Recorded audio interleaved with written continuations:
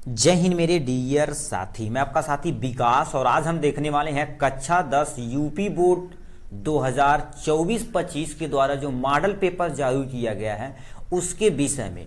आज हम पहला पेपर देखने वाले हैं हिंदी का फुल सॉल्यूशन आपको इस वीडियो में मिलने वाला है, यानी कैसे आपको कॉपी लिखनी है। और ये देखा जाए तो यूपी बोर्ड के द्वारा पेपर जो जारी किया गया है, क्योंकि देखिए ये सब लोग उसी में से छांट के क्या करेंगे, आपका बोर्ड एग्जाम में एज इट इज दे देंगे एज इट इज।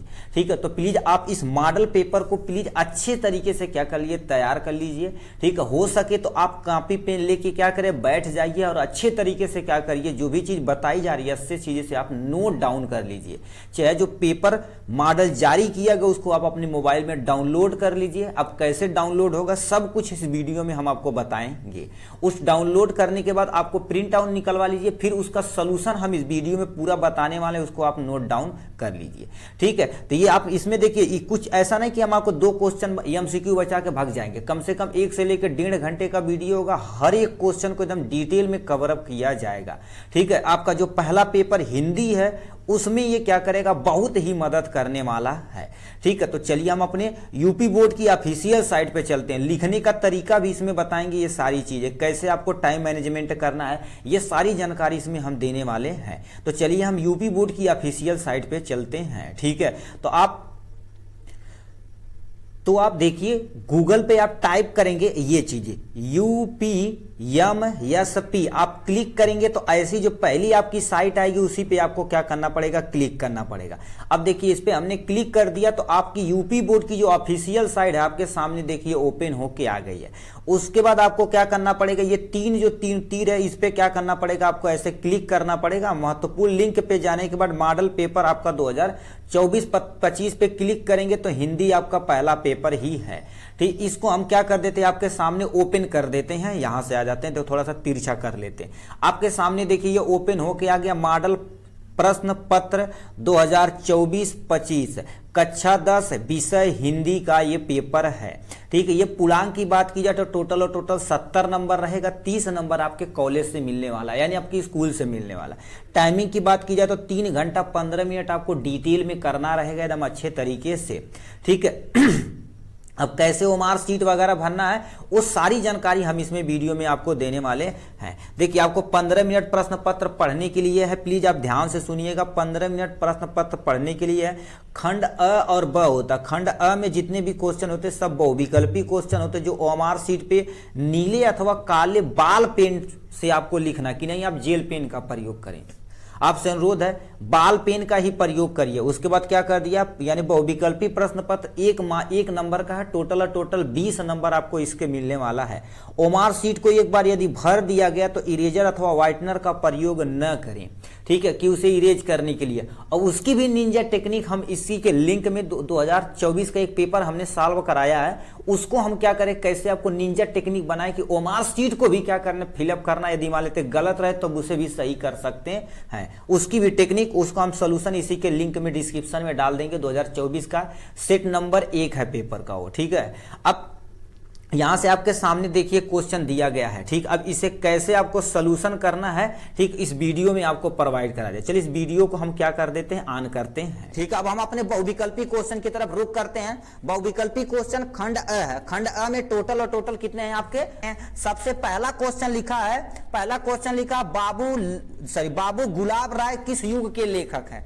आप देखिए बहुत सारे लड़के कहते हैं कि सर ये सब कैसे जानेंगे हम किस युग के हैं। ठीक है, इसका जो अलग वीडियो आपकी हम लेकर आएंगे तो उसमें हम क्या करेंगे, द्विवेदी युग कब से कब स्टार्ट होता है, इसमें कितने लेखक आते हैं, उस लेखक के द्वारा लिखी गई उनकी कृतियां यानी कार्य क्या किए थे एक्चुअल में, उसे तो हम डिटेल में बताने वाले।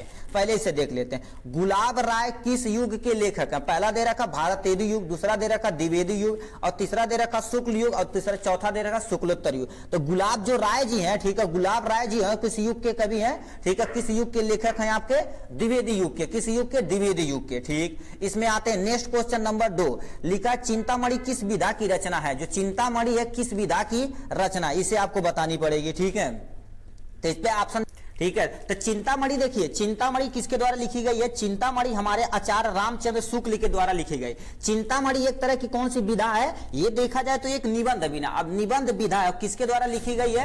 ये आचार्य रामचंद्र शुक्ल जी के द्वारा लिखी गई है। तो इसमें देखिए पहला ऑप्शन दे रखा निबंध, दूसरा दे रखा कविता, तीसरा दे रखा नाटक और चौथा दे रखी कहानी। तो चिंतामणि जो तुम्हारी है, चिंतामणि वो तुम्हारे पास कौन सी है? निबंध। अभी क्या बताएं, ये चिंतामणि आचार्य रामचंद्र शुक्ल के द्वारा लिखी गई एक निबंध है। आपसे भी पूछ सकता है चिंतामणि किसकी रचना है, तो यहां पर 4 लेखक का नाम दे देगा, तो आप याद रखिएगा चिंतामणि किसकी रचना है? आचार्य रामचंद्र शुक्ल जी की है। ठीक है, देखिए और उसके बाद क्या लिखा है, यानी तीसरा नंबर क्वेश्चन, गबन किसकी रचना है? जो गबन है किसकी रचना? पहला दे रखा मुंशी प्रेमचंद की, या जयशंकर प्रसाद की, या निराला जी की, या तुम्हारे पास क्या दे रखा हरि कृष्ण प्रेमी जी की। अब देखिए ये जो है आपकी गबन जो किसकी रचना है? ये मुंशी प्रेमचंद की रचना है। किसकी? मुंशी प्रेमचंद की रचना है। ठीक है, आप इस पे मार देना। ठीक है, अब ये पूछेगा ये गबन जो है क्या है? उपन्यास है, निबंध है, कहानी है। तो ये तो जो गबन है तुम्हारे पास एक्चुअल में देखा जाए तो ये उपन्यास है। क्या है? उपन्यास है। तो ऐसे याद रखिएगा।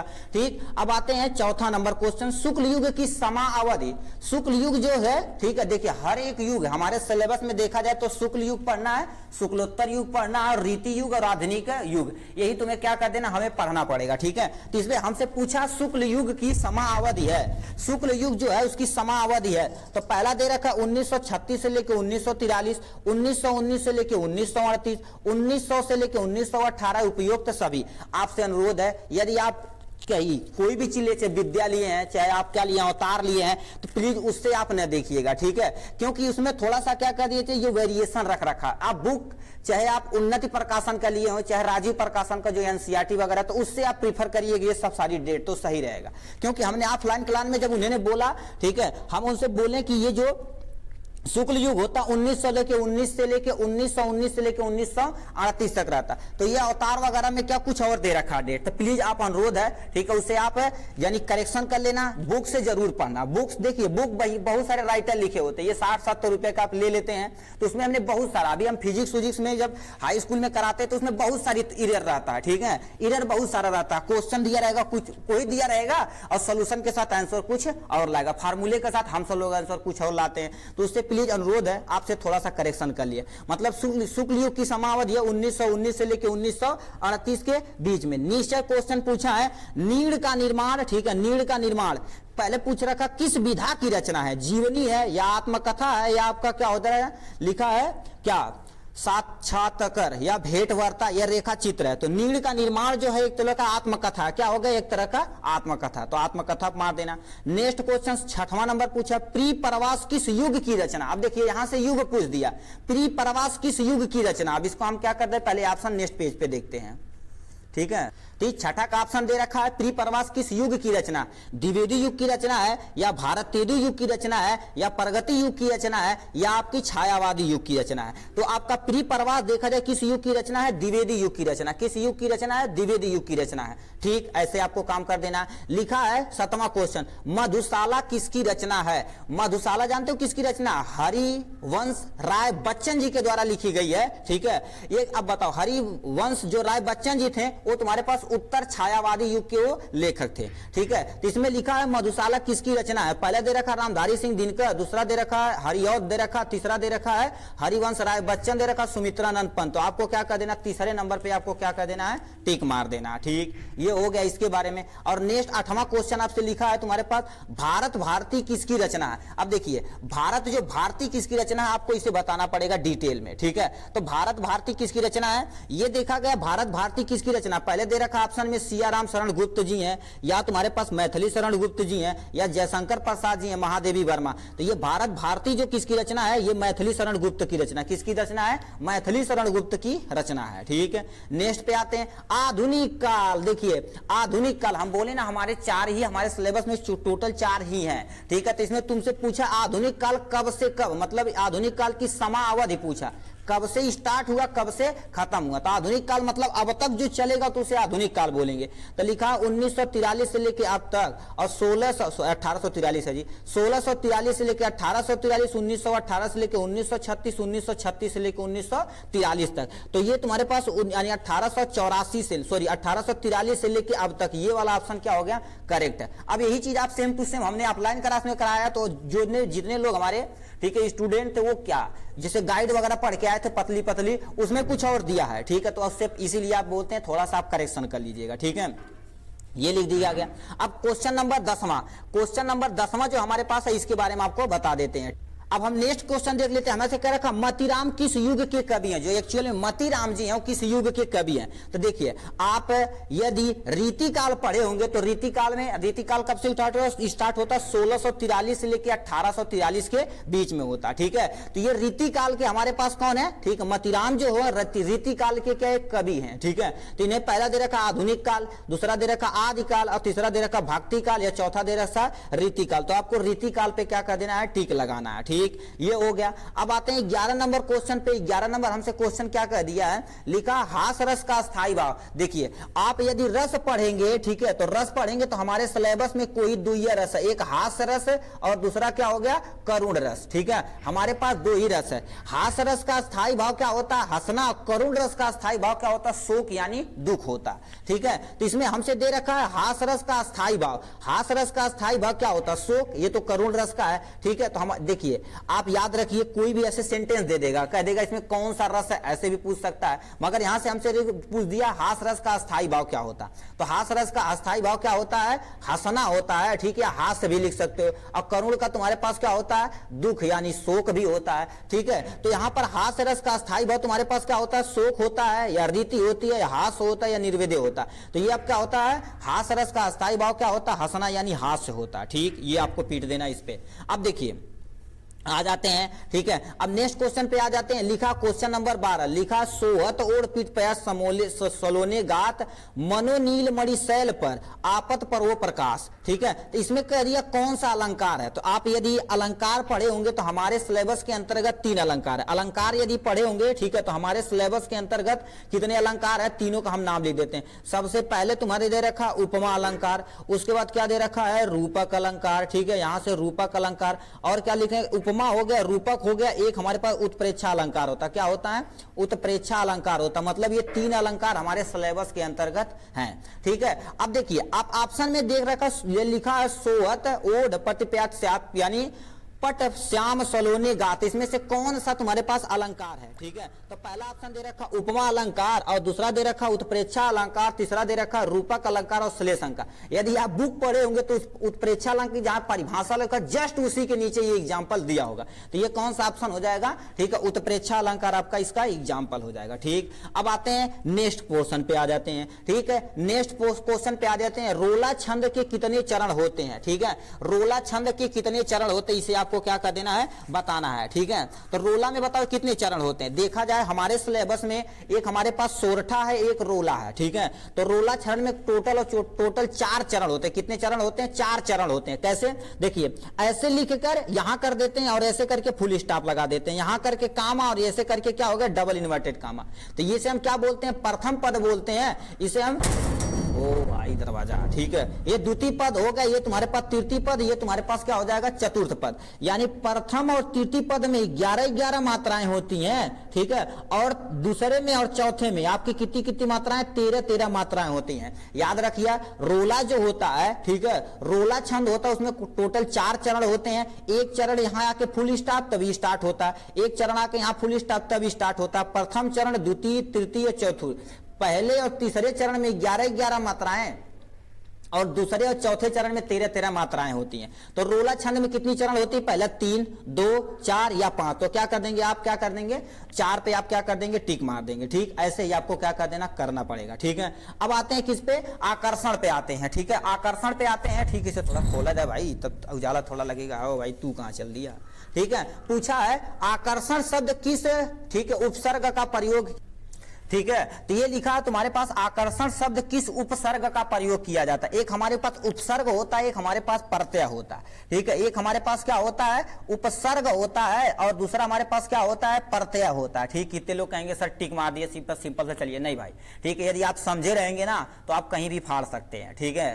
तो हमें क्या कहोगे, हमें कहोगे भी हम टिक मारते बन बन चलते जाएंगे दूसरे यूट्यूबर की तरह, नहीं। आपको क्या कर देते हैं, हमसे डिटेल में पढ़ाना पड़ेगा। देखिए हम सब लोग को समय नहीं रहता है, नहीं तो सब कुछ अपलोड करा देते हैं एकदम इजी तरीके से, क्योंकि हम सब लोग ऑफलाइन क्लासेस वगैरह चलाते हैं, ठीक। उसमें ही टाइम हमें टाइम सब नहीं मिलता है, ठीक है। थोड़ा बहुत टाइम मिलता तो यूट्यूब पे डाल देते हैं, ठीक है। तो लिखा उपसर्ग, उपसर्ग मतलब क्या होता है, कोई शब्द के, ठीक है, कोई शब्द है उसके पहले जो वर्ड लगा हुआ है और उसका पूरा अर्थ क्या कर दे, चेंज कर दे, उसे हम क्या बोलते हैं, उपसर्ग बोलते हैं।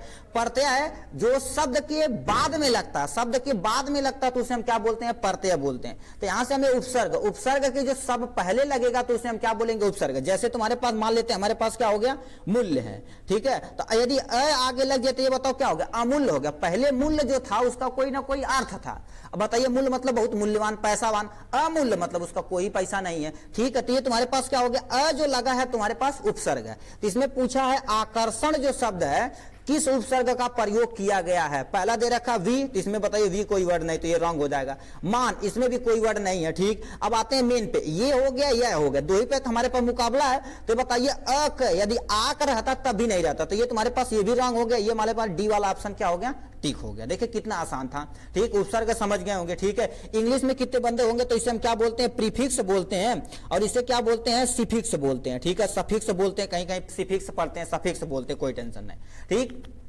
नेक्स्ट क्वेश्चन, रचना के आधार पर वाक्य कितने प्रकार के होते हैं। रचना के आधार पर वाक्य टोटल 3 प्रकार के होते हैं। एक हमारे पास क्या होता है, साधारण वाक्य होता है, और दूसरा देखा जाए तो क्या होता है, संयुक्त वाक्य होता है, ठीक है। संयुक्त वाक्य होता है, दूसरा क्या हो जाएगी हमारे पास, मिश्र वाक्य होगा। टोटल देखा जाए तो हमारे पास कितने वाक्य होते हैं, 3 वाक्य होते हैं। तो लिखा रचना के आधार पर कितने भेद होते हैं, 2, ये तो नहीं, 5 नहीं, 6, 3, 3 वाला तुम्हारे पास क्या कर देना, तुम टिक मार देना, इस पे मार देना, ठीक। तो ये 3 वाला ऑप्शन क्या हो गया, इज द करेक्ट ऑप्शन। लिखा है पीतांबर में कौन सा समास है, ठीक है। पीतांबर में कौन सा समास है, समास हमें बताना है, ठीक है। तो लिखा है, ठीक, समास देखा जाए तो टोटल हमें चारों समास पढ़ना है। लिखा है तुम्हारे पास द्वंद्व समास होता है, बहुब्रीहि समास होता है, ठीक है, और तत्पुरुष होता है, कर्म धारण होता है, ठीक है। तो थोड़ा तथ्य हम आपको बता दें समास के बारे में, ठीक है। समास के बारे में आपको थोड़ा सा हम अवगत करा देते हैं, ठीक है। देखिए हम आप तो यहां पर लाते हैं, ठीक, दिख तो रहा होगा, ठीक, थोड़ा सा दिख रहा है, ठीक है, आप मैनेज करिएगा, ठीक। हमारे पास द्वंद्व समास होते, द्विगु समास होते, कर्मधारय समास होते हैं, और बहुब्रीहि समास होते हैं। ये बहुब्रीहि सबसे लास्ट में।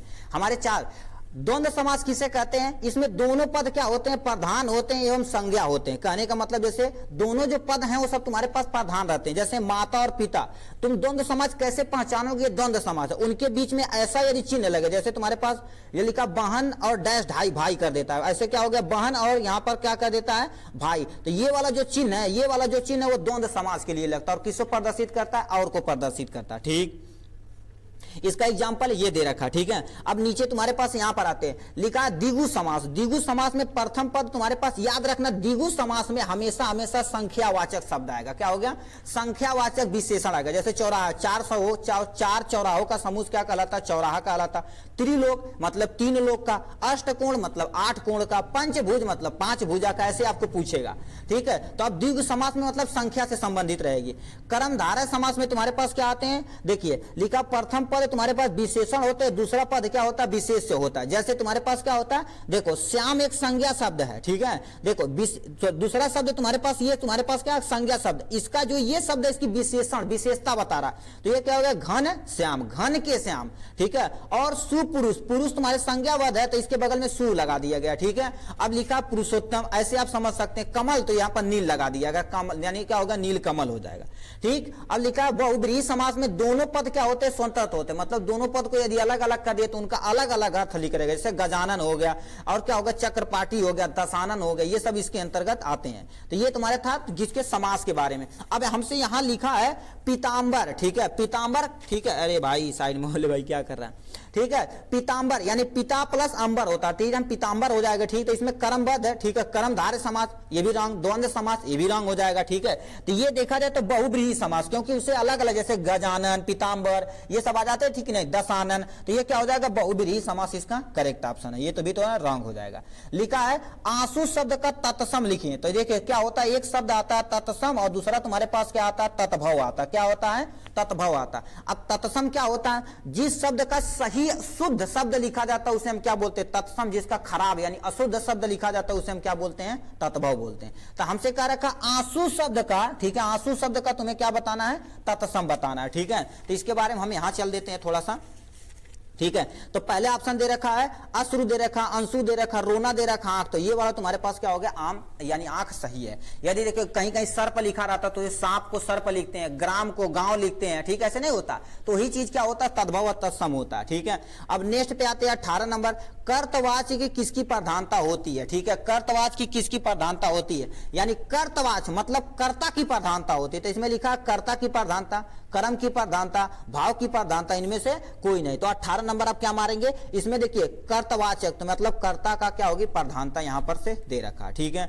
और लिखा तुम्हारे पास क्या हो गया, ताव्य शब्द, ठीक है। अब देखिए आपको थोड़ा सा वचन और विभक्ति पढ़ना पड़ेगा, उससे एक क्वेश्चन पूछा जाता है। कोई एक आप पढ़ लीजिएगा, ठीक है, कोई एक पढ़ लीजिएगा, उसी को आपका एक्सप्लेन कर देना, ठीक है। लिखा ताभ्य शब्द का एक वचन और विभक्ति तुम्हें बताना पड़ेगा, ठीक है। तो इससे बाकी आपको पढ़ना पड़ेगा, क्योंकि देखिए जाए तो यहां पर लिखा रहता है एक वचन, द्विवचन और तुम्हारे पास क्या हो गया, बहुवचन। तो यहां पर प्रथमा, द्वितीय, तृतीय, चतुर्थी, पंचमी, षष्ठमी, सप्तमी और हर संबोधक होता है, ऐसे होता है कि नहीं। तो यहाँ पर बालका, बालका, बालकम, बालकम, राम रूप लीजिए, बालक का रूप, राम का रूप, नदी का रूप। तो उसमें एक आता है तभ्य, तभ्य में पहला दे रखा षष्ठी विभक्ति एक वचन, या सप्तमी विभक्त द्विवचन, या षष्ठी विभक्त तुम्हारे पास बहुवचन, या तुम्हारे पास क्या दे रखा चतुर्थी विभक्ति बहुवचन। तो ये देखा जाए तो क्या होगा, चतुर्थी विभक्त बहुवचन। इसके लिए आपको भाई थोड़ा सा वो वाला सेंटेंस पढ़ना पड़ेगा आपको, ठीक है।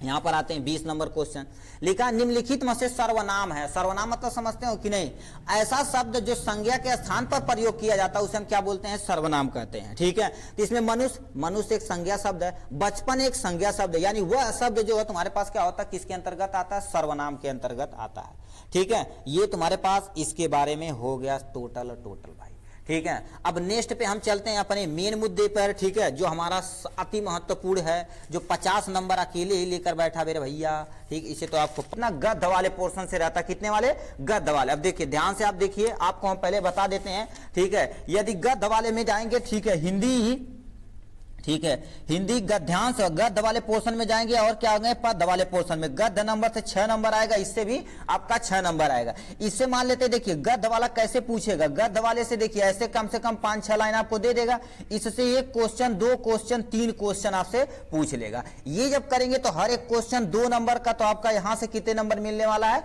6 नंबर मिलने वाला है, ठीक है। तो इसी को हम क्या कर देते हैं, देखते हैं। इसमें 2 रहता, देखिए खंड अ जो रहता है, ठीक है, खंड ब में जो पहला क्वेश्चन रहता है, एक क्वेश्चन यहां तक रहता, फिर अथवा करके देखिए, यहां से अथवा करके दिया, नीचे भी अटेम्प्ट कर सकते हैं। आपसे अनुरोध है, जो आपको फुल्ली कॉन्फिडेंस के साथ आता उसी को आप अटेम्प्ट करिएगा, उससे, ठीक है, उसे पूरा क्लियर लिखिएगा, ठीक है। तो इसमें लिखा है निम्नलिखित गद्यांश पर आधारित 3 प्रश्नों के तुम्हें क्या कर देना, उत्तर देना। उदाहरित मतलब क्या होता है, ये जो आपको इतना दिया हुआ है, ठीक है, ये इतना दिया हुआ है, इस पे आधारित 3 क्वेश्चन, 1 क्वेश्चन, 2 क्वेश्चन, 3 क्वेश्चन, और हर एक क्वेश्चन कितने नंबर का रहेगा, 2 और 2 और प्लस में 2। इसी तरह से देखा जाए तो आपका 6 नंबर यहां से बनने वाला है। तो सबसे पहले आपको क्या कैसे लिखना है, तो पहले हम कहानी पढ़ लेते हैं, तो हमको क्या कर देते हैं, ये डिटेल में आपको बताते हैं। लिखा यह कोई बात नहीं है कि एक स्वभाव और रुचि के लोगों में ही मित्रता हो सकती है। समाज में भिन्नता देखकर लोग एक दूसरे की ओर आकर्षित होते हैं। जो गुण हम में, ठीक है, हम में नहीं है, हम चाहते हैं कि कोई ऐसा मित्र मिले जिसमें वे गुण हो। चिंताशील मनुष्य प्रफुल्लित चित्त का साथ ढूंढता है, और निर्बल बलि का धीर यानी उत्साही का उच्च आकांक्षा वाला चंद्रगुप्त युक्ति और उपाय के लिए चाणक्य का मुंह ताकता है। यदि, ठीक है, सॉरी, नीति विशारद अकबर मन बहलाने के लिए बीरबल को की ओर देखता था, ठीक है। तो इसी से आपको क्या कर देना है, ये आपको 3 क्वेश्चन आपको क्या कर देना, अटेम्प्ट करना। अब ये कैसे लिखना, इसी का आपको बारे में बता देते हैं। देखिए आपके सामने ये जो गद्य दिया गया है, ठीक है, इसे आप गद्य दिया गया, तो ये आपके सामने ये रहा, इतना आपको दिख रहा होगा यहां से प्यारा सा। देखिए आप सबसे पहले देखिए प्रश्न क, यानी प्रश्न 1 डालिएगा और उसका उत्तर। लिखा यह कोई बात नहीं है, डैश डैश डैश कर की ओर देखता है, इतना तो आपको लिखना है। तो सबसे उसमें पहला क्वेश्चन है संदर्भ। संदर्भ कैसे लिखेंगे, देखिए संदर्भ आप लिखेंगे, कैसे लिखा गया है, देखिए आपको संदर्भ लिखेंगे तो कितने नंबर का, 2 नंबर का आपका मिलने वाला है। तो लिखा है प्रस्तुत गद्यांश हमारी पाठ्य पुस्तक के गद्य खंड से मित्रता नामक, ये वाला आप जरूर अंडरलाइन करिएगा, मित्रता नामक, ठीक है, मित्रता नामक पाठ से लिया गया है। इसके रचयिता या लेखक या कवि या कृतिकार कुछ भी लिख सकते हैं। ये कौन है, आचार्य रामचंद्र शुक्ल जी हैं। कौन है, आचार्य रामचंद्र शुक्ल जी ये है। तो ये आप यदि पूरा कर देंगे तो आपको कितने नंबर का मिलने वाला है, 2 नंबर आपको एज इट इज मिल जाने वाला। ठीक है, कुछ समझे, यस सर, ये आप तो समझ गए। ठीक है, ठीक है, तो ये आपका संदर्भ लिख दिए तो आपका 2 नंबर हो गया। लिखा नेक्स्ट क्वेश्चन लिखा कर रेखांकित अंशों की व्याख्या करनी है। क्या करनी रहती है, रेखांकित अंशों की व्याख्या करनी रहती है। मतलब ये जो दिया गया है आपका, ठीक है, ये जो आपका दिया गया है, इसमें यहां से जो देखिए, यहां से लेके यहां तक जो अंडरलाइन किया गया, इसी की आपको क्या करनी, व्याख्या करनी। प्लीज आपसे कुछ भी यदि नहीं आता है, ठीक है, कुछ भी नहीं आता तो ये 2 लाइन आप 2 बार कम से कम एग्जाम हॉल में पढ़िएगा, और इससे रिलेटेड आपके मन में जो भी चीज आता है उसे लिखिएगा, और इसमें से 1-2 लाइन लिख दीजिएगा। तो बताओ 2 लाइन ये है, 2 लाइन अपने मर्जी से लिख देंगे तो 4 लाइन होगा तो 2 नंबर तो आपको एज चीज देने वाला है। ठीक है, तो एग्जामिनर तो ये जैसे आप देखिए, जैसे वो कहेगा उसी तरह से आपको लिखना। आपका माइंड रीड, यानी जो एग्जामिनर है उसका माइंड एकदम से क्या प्रफुल्लित करना, गुस्सा नहीं लगाना, इजी तरीके से लिखना, जिसे देखते ही वो क्या कर दे, आपको एग्जाम में नंबर दे दे। ठीक है, रेखांकित अंशों की व्याख्या करनी है। ठीक है, तो लिखा क्या होगा, इसके अनुसार कवि यह बताना चाहता है कि सच्ची मित्रता, ये मित्रता नहीं एक्चुअली मित्रता है, मित्रता के लिए आवश्यक नहीं है कि 2 मित्र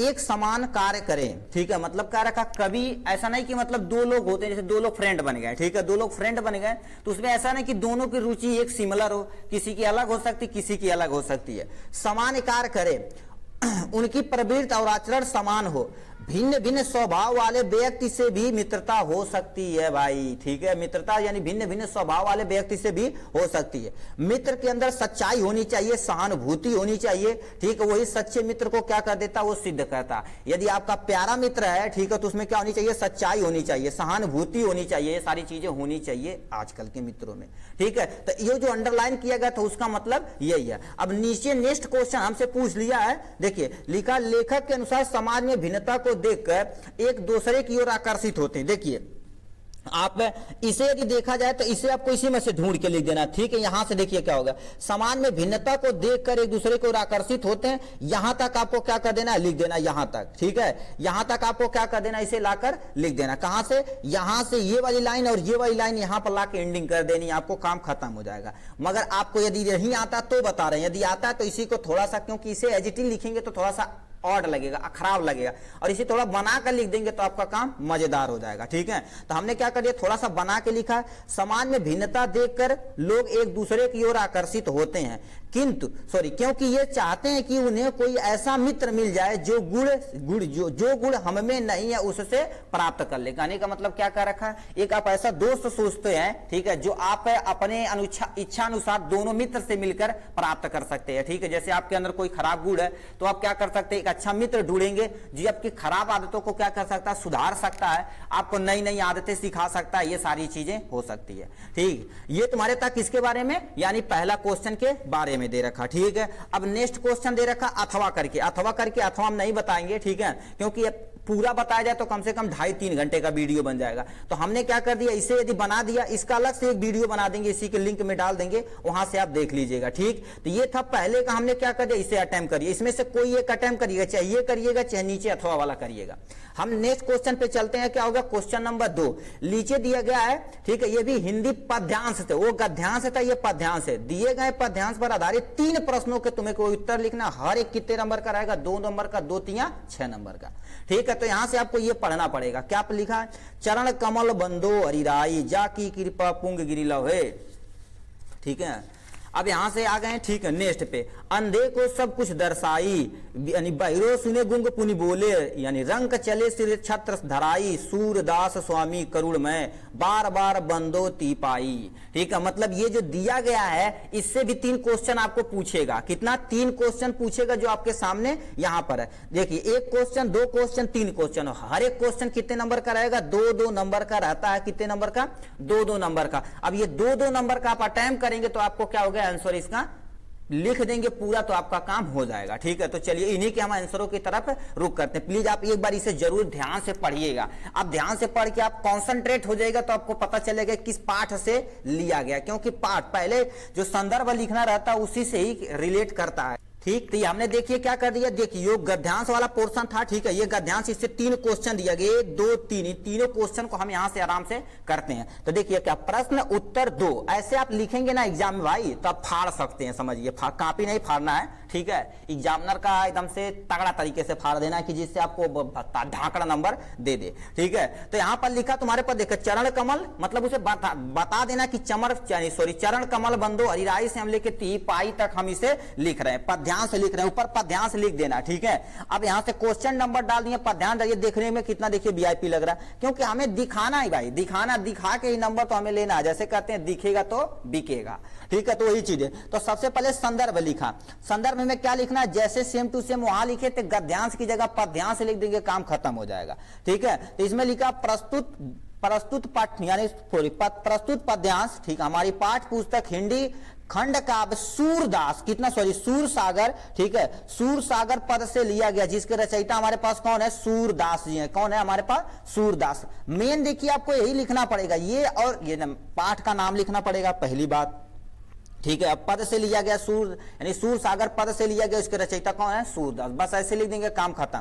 ठीक है, तो इसमें लिखा था देखिए हमने संदर्भ, तो संदर्भ इतना आप लिख देंगे, क्या हो गया, एग्जैक्ट पाठ का नाम लिखना रहता है, रचयिता का नाम लिखना रहता है। ठीक, ये हो गया। आपको यदि नहीं पता है कि ये कवि है कि लेखक है, कि तो लड़कों को रहता कंफ्यूजन कि लेखक है या कवि है, तो आप कुछ मत करिएगा, कृतिकार या रचयिता या कुछ लिख सकते हैं कि नहीं, तो वो लिखिएगा, कोई टेंशन नहीं है। ठीक है, अब देखिए जैसे आपको फंसाने की बात नहीं है कि हम कवि लिख के एक बार काटे हैं और लेखक एक बार लिख के काटे, ऐसे नहीं, रचयिता लिख दिए, समझ जाएंगे क्या हो रहा है, अपना वो समझे। ठीक है, तो ये आपका क्या कर दिए, 1 लाइन 2 लाइन में ये लिख दिए। फिर तुमसे लिखा है निम्नलिखित अंशों की व्याख्या करने, जो रेखांकित अंश है, मतलब ये जो 2 लाइन दिया गया, तुम्हारे पास क्या हो गए आपके रेखांकित है, मतलब क्या हो, ये अंडरलाइन किए गए, इसी अंडरलाइन किए गए शब्दों की तुम्हें क्या करनी पड़ेगी, व्याख्या करनी पड़ेगी। तो एक बात सुनिए, ध्यान से सुनिए, बहिरो सुनी गुंग पुनी बोले, रंग चले सिर छत्र धराई, मतलब इसी का तुम्हें क्या कर देना, पूरा हिंदी में एक्सप्लेन करके व्याख्या कर देना, काम खत्म हो जाएगा। तो यहां पर हमने क्या रेखांकित अंशों की क्या कर दी, देखिए व्याख्या कर दी है। क्या लिखा है, रेखांकित अंश की व्याख्या पर लिखा प्रस्तुत रेखांकित चित्र। रेखांकित अंश में कवि सूरदास जी से क्या कर रहे हैं, हे प्रभु आपकी कृपा से बहरा व्यक्ति सुनने लगता है, क्योंकि यहाँ पर बहरा व्यक्ति सुनने लगता है और गूंगा फिर से बोलने लगता है, और गरीब व्यक्ति ठीक है राजा की तरह सिर पर छत्र धारण करने चलने लगता है। कहने का मतलब देखिए क्या कर, इसमें लिखा है बहिरो सुने, मतलब क्या होता है, यदि प्रभु की कृपा हो, ठीक है, प्रभु की कृपा हो तो बहरा व्यक्ति भी क्या करने का, सुनने लगता है। गुंग मुनि बोले, मतलब जो गुंग व्यक्ति रहता है वो भी क्या कर देता, बोलने लगता है। फिर तुमसे किया रंग चले से छत्र धर सराई, यानी छत्र धराई, मतलब क्या करेगा, गरीब व्यक्ति, यदि आप प्रभु की कृपा हो तो गरीब व्यक्ति के सिर पर भी क्या हो जाता है, आराम से सेहरा हो सकता है। छत्र सराई मतलब वो ताज जो नहीं होता वो हो सकता है। तो ये रेखांकित अंश की यही तुम्हें क्या करनी, व्याख्या करनी थी। ठीक है, तो हमने क्या कर दिया, यहां से कर दिया। फिर हमसे नीचे क्वेश्चन पूछा है, उपयुक्त पंक्तियों में कौन सा अलंकार है, तुम्हें जो पंक्ति दी गई उसमें से कौन सा अलंकार है। तो यहां से अलंकार लिखा है, क्या लिखा है, सूरदास स्वामी जी ने वर्ड की बार बार क्या हो गई, ये पुनरावृत्ति हो गई। जैसे चरण कमल बंदो हरियाई, ठीक है, मतलब उनके जो प्रभु जी के चरण है वो किसके समान बताए जा रहे हैं, कमल के समान बताए जा रहे हैं। ठीक है, तो वो क्या हो जाएगा, चरण कमल के समान बताया जाए तो वो कौन सा अलंकार है, रूपक, क्योंकि उनका रूप कमल के समान बताया जा रहा था, इसलिए क्या हो जाएगा, रूपक अलंकार हो जाएगा। अब स शब्द जो ऊपर जो वर्ड दिया गया है, स शब्द बार बार क्या हो गई, पुनरावृत्ति हो रही है, तो इसे कौन सा अलंकार हो जाएगा, अनुप्रास अलंकार हो जाएगा। ठीक, आपको यदि ये नहीं आता तो आप एक ही लाइन लिखिएगा, कोई टेंशन नहीं, मगर आपको बताना पड़ेगा इस पंक्ति में कौन सा अलंकार है। ठीक है, तो ये था किसके बारे में, पद्यांश के बारे में। ठीक है, तो हमने यहां पर देख लिया टोटल यहां तक का क्वेश्चन। आपको वो नहीं आता तो अथवा करके आप नीचे भी यहां से क्या कर सकते हैं, अटेम्प्ट कर सकते हैं। ठीक है, तो इसे हमने अटेम्प्ट नहीं किया। यदि आप कहेंगे कमेंट बॉक्स में लिखेंगे तो इसका भी तुरंत क्या आपको सोल्यूशन प्रोवाइड करा दिया जाएगा। ठीक, हमने मेन चीजें वही चूज की जो जल्दी से थोड़ा सा हो जाए। ठीक है, तो यहां तक हमारा ये संपन्न हुआ। ठीक है, नीचे तुम्हारा तीसरा नंबर क्वेश्चन दिया गया, दिए गए संस्कृत, अभी हम हिंदी गद्यांश और पद्यांश पढ़ रहे थे, अब यहां से हमारे पास क्या होगा, संस्कृत गद्यांश, संस्कृत का गद्यांश और संस्कृत का पद्यांश हमारे पास यहां पर रहने वाला है। तो इसमें तुम्हें क्या करना पड़ेगा, एक का संदर्भ सहित हिंदी में तुम्हें क्या कर देना, अनुवाद करना रहेगा। यहां पर दो चीजें रहती हैं, देखिए ये वाला एक पोर्शन हो गया, ये वाला एक पोर्शन हो गया, इसमें किसी एक को आपको चूज करके क्या कर देना, उसका संदर्भ लिखना पड़ेगा और उसका हिंदी में तुम्हें क्या करना पड़ेगा, अनुवाद करना पड़ेगा, एकदम से डीआई यानी बीआईपी तरीके से ना डिटेल में करना पड़ेगा। ठीक है, तो ये आपको क्या कर देगा, यहां से दिया गया है। ठीक है, तो इसे आप एक बार ध्यान से पढ़िए। लिखा है, ऐसा नगरी भारत संस्कृत संस्कृत भाषा केंद्र स्थल अस्ति एत एवं संस्कृत वलयम पश्य संस्कृते से आलोक सत्र प्रसीत युग यानी युगल युगराज दासा किशोर आत्रगत भारतीय दर्शन शास्त्र। ठीक है, शास्त्राम अध्ययनम अकरोत। ठीक है, लिखा सचेता ज्ञानेन तथा प्रभाविता अभिवेत यत तीन उपानिषदाम। ठीक है, अनुवाद यानी आप अनुवाद पारसी भाषाएं कर रही थी, मतलब हमें भी ज्यादा नहीं आता भाई, मगर ट्राई किए हैं। ठीक है, तो ये हो गया इनके बारे में। अब इसी का तुम्हें क्या कर देना है, संदर्भ लिखना और हिंदी में क्या कर देना है, व्याख्या करने एकदम डिटेल में। ठीक, तो चलिए इसका भी हम क्या कर देते हैं, संदर्भ देखते हैं और हिंदी में व्याख्या देखते हैं। ठीक, तो उसका आंसर देखिए, संस्कृत गद्यांश का जो दिया गया उसका आंसर, यहां पर आंसर है प्रश्न उत्तर यानी 3। लिखा यशा नगरी, देखो क्या रखा, यशा नगरी डॉट डॉट डॉट करके यानी पारसी भाषा कारित, ये मतलब ये यही से देखो क्या कर देना, आपको यहां से लिखना है। देखिए इसे थोड़ा सा अंडरलाइन करिएगा और इसे, ठीक है, यहां से लेके यहां तक, यहां से आपको दर्शा देना कि इसे हम एक्सप्लेन कर रहे हैं। तो इसमें तुम्हें लिखा, सबसे पहले लिखा तुम्हारे पास संदर्भ, तो यहां पर हमने क्या कर दिया, हेडिंग डाल दिया संदर्भ। तो संदर्भ आपको वैसे जैसे हिंदी में लिखे तो वही आपको लिखना है, बार बार उसी को फॉलो करना। लिखा प्रस्तुत गद्यांश हमारी पाठ्य पुस्तक संस्कृत, वहां हिंदी खंड काव्य लिख रहे थे, यहां से संस्कृत खंड वाराणसी नामक पाठ से लिया गया, इसमें रचयिता एक्चुअल में नहीं होते हैं। ठीक है, तो ये तो आपका भाई आराम रहता, मगर एग्जैक्ट आपको याद होना चाहिए किस पार्ट से लिया गया, यही लिखेंगे तो आपको कितने नंबर मिलेगा, 2 नंबर का। क्योंकि देखिए आप संदर्भ लिखेंगे, ये संदर्भ लिखेंगे तो 2 नंबर, हिंदी में अनुवाद करेंगे तो आपको 3 नंबर, तो टोटल जाके आपको कितना मिलेगा, 5 नंबर मिलने वाला। तो ये आपका सामने ये हो गया इनके पोर्शन से। ठीक, हिंदी वाले पोर्शन से कितना, गद्य वाले पोर्शन से रहता, कितने वाले, गद्य वाले। अब देखिए ध्यान से आप देखिए, आपको हम पहले बता देते हैं। ठीक है, यदि गद्य वाले में जाएंगे, ठीक है, हिंदी ही, ठीक है, हिंदी गद्यांश गद्य वाले पोर्शन में जाएंगे और क्या होंगे, पद्य वाले पोर्शन में गद्य नंबर से 6 नंबर आएगा, इससे भी आपका 6 नंबर आएगा। इससे मान लेते, देखिए गद्य वाला कैसे पूछेगा, गद्य वाले से देखिए ऐसे कम से कम 5-6 लाइन आपको दे देगा, इससे 1 क्वेश्चन 2 क्वेश्चन 3 क्वेश्चन आपसे पूछ लेगा। ये जब करेंगे तो हर एक क्वेश्चन 2 नंबर का, तो आपका यहां से कितने नंबर मिलने वाला है, 6 नंबर मिलने वाला है। ठीक है, तो इसी को हम क्या कर देते हैं, देखते हैं। इसमें 2 रहता, देखिए खंड अ जो रहता है, ठीक है, खंड ब में जो पहला क्वेश्चन रहता है, 1 क्वेश्चन यहां तक रहता, फिर अथवा करके देखिए, यहां से अथवा करके दिया, नीचे भी अटेम्प्ट कर सकते हैं। आपसे अनुरोध है, जो आपको फुल्ली कॉन्फिडेंस के साथ आता उसी को आप अटेम्प्ट करिएगा, उससे ठीक है, उसे पूरा क्लियर लिखिएगा। ठीक है, तो इसमें लिखा है निम्नलिखित गद्यांश पर आधारित 3 प्रश्नों के तुम्हें क्या कर देना, उत्तर देना। उदाहरित मतलब क्या होता है, ये जो आपको इतना दिया हुआ है, ठीक है, ये इतना दिया हुआ है, इस पे आधारित 3 क्वेश्चन, 1 क्वेश्चन 2 क्वेश्चन 3 क्वेश्चन, और हर एक क्वेश्चन कितने नंबर का रहेगा, 2 और 2 और प्लस में 2, इसी तरह से देखा जाए तो आपका 6 नंबर यहां से बनने वाला है। तो सबसे पहले आपको क्या कैसे लिखना है, तो पहले हम कहानी पढ़ लेते हैं, तो हमको क्या कर देते हैं, ये डिटेल में आपको बताते हैं। लिखा यह कोई बात नहीं है कि एक स्वभाव और रुचि के लोगों में ही मित्रता हो सकती है। समाज में भिन्नता देखकर लोग एक दूसरे की ओर आकर्षित होते हैं। जो गुण हम में, ठीक है, हम में नहीं है, हम चाहते हैं कि कोई ऐसा मित्र मिले जिसमें वे गुण हो। चिंताशील मनुष्य प्रफुल्लित चित्त का साथ ढूंढता है और निर्बल बलि का धीर यानी उत्साही का उच्च आकांक्षा वाला चंद्रगुप्त युक्ति और उपाय के लिए चाणक्य का मुंह ताकता है।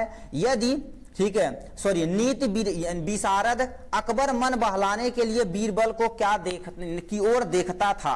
ठीक है, तो इसी से आपको क्या कर देना है, ये आपको 3 क्वेश्चन आपको क्या कर देना, अटेम्प्ट करना। अब ये कैसे लिखना, इसी का आपको बारे में बता देते हैं। देखिए आपके सामने ये जो गद्य दिया गया है, ठीक है, इसे आप गद्य दिया गया, तो ये आपके सामने ये रहा, इतना आपको दिख रहा होगा यहां से प्यारा सा। देखिए आप सबसे पहले देखिए प्रश्न क यानी प्रश्न 1 डालिएगा और उसका उत्तर। लिखा यह कोई बात नहीं है डैश डैश डैश कर की ओर देखता है, इतना तो आपको लिखना है। तो सबसे उसमें पहला क्वेश्चन है संदर्भ। संदर्भ कैसे लिखेंगे? देखिए संदर्भ आप लिखेंगे, कैसे लिखा गया है, देखिए आपको संदर्भ लिखेंगे तो कितने नंबर का? 2 नंबर का आपका मिलने वाला है। तो लिखा है प्रस्तुत गद्यांश हमारी पाठ्य पुस्तक के गद्य खंड से मित्रता नामक, ये वाला आप जरूर अंडरलाइन करिएगा, मित्रता नामक, ठीक है, मित्रता नामक पाठ से लिया गया है।